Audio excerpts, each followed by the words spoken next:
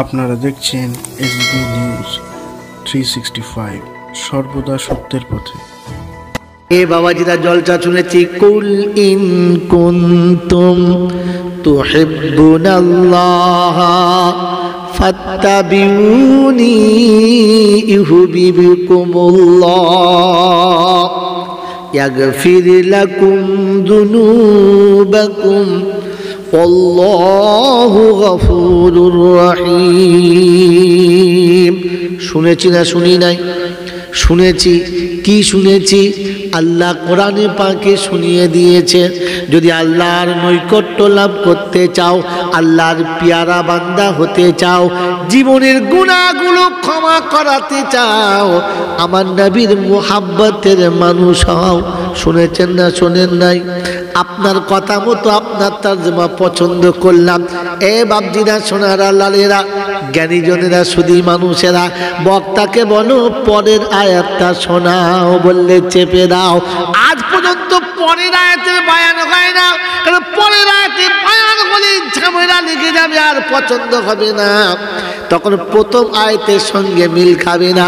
হাফেজে কোরআন যারা আছে ওদের জিজ্ঞাসা করো, কোরআন একসঙ্গে দুবার বলেছে, এক জায়গায় বলছে কুল ইন কুনতুম তুহিব্বুনাল্লাহ ফাত্তাবিউনি ইউহিব্বুকুমুল্লাহ ইয়াগফির লাকুম যুনুবাকুম ওয়াল্লাহু গফুরুর রহিম।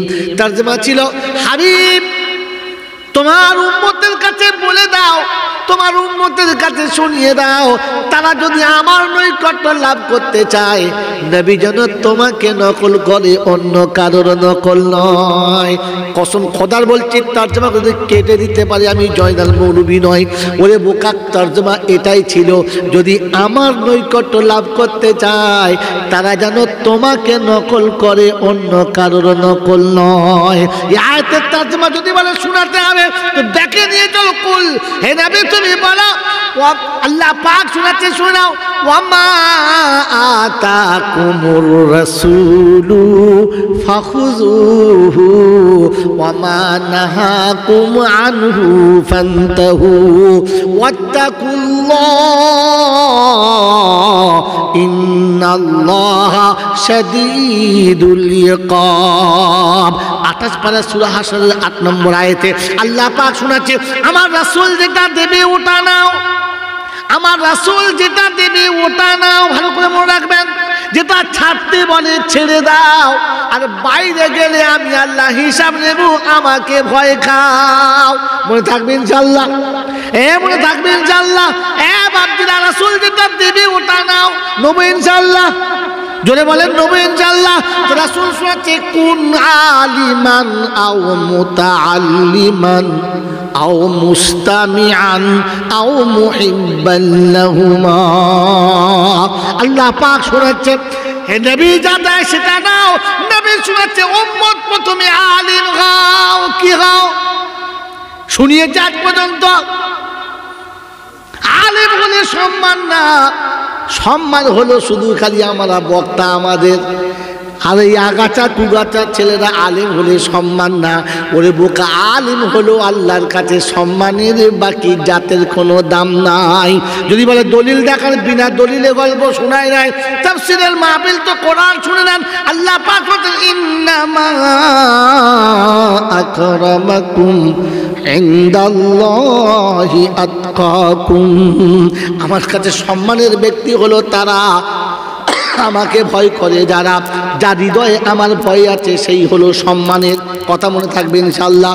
ও খায়েদের ছেলে হতে পারে, ও মল্লিকের বাচ্চা হতে পারে, ও মোল্লাদের ছেলে হতে পারে, ওর মালঞ্চে বাড়ি হতে পারে, ওই ভেবে চৌমাথায় বাড়ি হতে পারে, ওকে আজমিরি হতে হবে কোনো শর্ত না, ওকে মদিনাবাসী হতে হবে শর্ত না, ওরে মদিনার বাচ্চা হলে সম্মানের হবে। ভুল ধারণা, বোকা।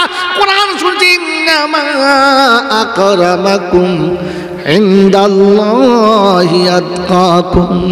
আমার দেশের হাক্কানি আলিম হবে সম্মানের গন্ধ না, আর আদমির থেকে ছাগল এলে মাথায় করে নাচে যারা, জেনে রাখবেন বোকা কোম্পানির এজেন্ট তারা। কথা বুঝেছেন? আজমিরের ছাগল মাথায় রাখ, আর আমার খেয়ে দিলি বেটা, কোনো পাত্তাই দেয় না। কথা বুঝছেন না বোঝেন নাই? কোরআন বলছে খবরদার, আমি আল্লাহ পাক শুনিয়েছি, আমার কোরআন যার কাছে আছে, আমি আল্লাহ তার সম্মানে সম্মানিত করেছি, তাকে ভুল করে বেয়াদবি করবে না। কোরআন শুনতেছে আল্লাহ নবী বলেন কোন আলিমান, প্রথম আলিম হও। কেন? আলিম না হলে ভালো মন্দ বুঝতে পারবে না, ন্যায় অন্যায় বুঝতে পারবে না, হারাম হালাল বুঝতে পারবে না, আল্লাহকে পাওয়ার রাস্তা কোনটা, নবী পাওয়ার রাস্তা কোনটা তুমি জানতে পাবে না। কথা মনে থাকবে ইনশাআল্লাহ।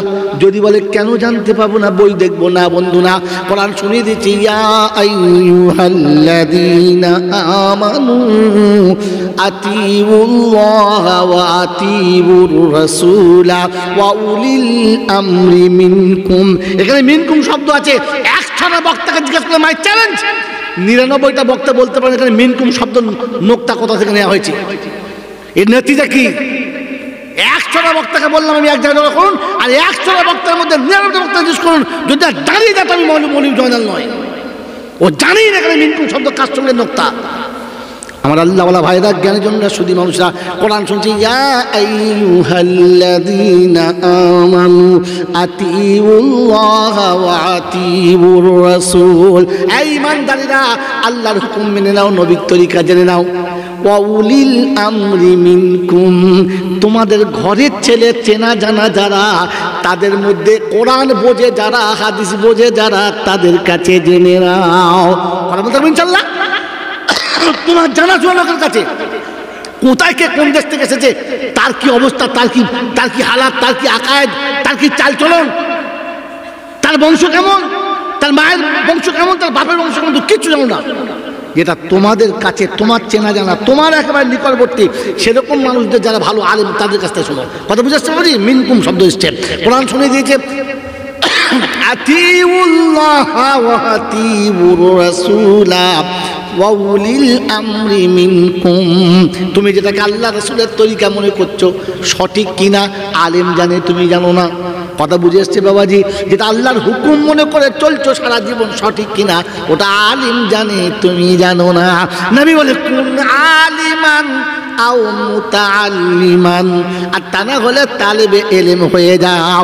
ও চৈতন্যের লোকেরা আলেম হতে পারলাম, যদি বলেন পারলাম না। তালেবে ইলম হতে পারলাম না। আও মুস্তামিআন, এরা যা বলি সেগুলোকে মেনে নাও, ওলামাদের কথা মানতে পারলাম না। আও মুহিব্বাল লাহুমা, আলেম ও তালেবে ইলমকে একটু ভালোবাসো। পারি ইনশাআল্লাহ? আলেম তালেবে ইলমকে ভালোবাসি ইনশাআল্লাহ? হ্যাঁ না না বলেন? ভালোবাসেন? ওরে বন্ধু, ভালোবাসার নমুনা আগে বলেছি, বলেন সত্যি ভালোবাসি? এই ভালোবাসি। নবীর যত সাহাবী আছে সবাই নবীকে ভালোবাসেন, হ্যাঁ না না? কিন্তু শ্রেষ্ঠ সাহাবীর নাম কি? আবু বকর সিদ্দিক। কারণ কি? কারণটা কি জানেন না? জানেন? তার ভালোবাসা গাঢ় করার জন্য কলিজার টুকরা দুধের বাচ্চা আয়েশাকে আমার নবীর হাতে সঁপে দিলেন, আর বললেন রাসূল গো, কাল কিয়ামতের ময়দানে উম্মত বলে সবাই দাবি করবে আপনার কাছে, আমি রক্তের সম্পর্ক নিয়ে আসবো সেদিন আপনার পাশে। যেন বলে সুবহানাল্লাহ, আমি আমার কলিজার টুকরা বেটিকে আপনার হাতে তুলে দিয়েছি, আপনি আমার জামাই, আমি আপনার শ্বশুর, আমার রক্তের সম্পর্ক আমার মেয়ের সঙ্গে, ওটা আপনার সঙ্গে দিয়ে সম্পর্কটা গাঢ় করে দিলাম। এটা হলো ভালোবাসার নমুনা। আপনি আলেম তালেবেনকে ভালোবাসেন, দাড়ি চাটা দাঁড়িয়ে পেচ্ছাপ পুরো হারাম করে সঙ্গে মেয়েকে বিয়ে দিলেন কি করে? আপনি আলেম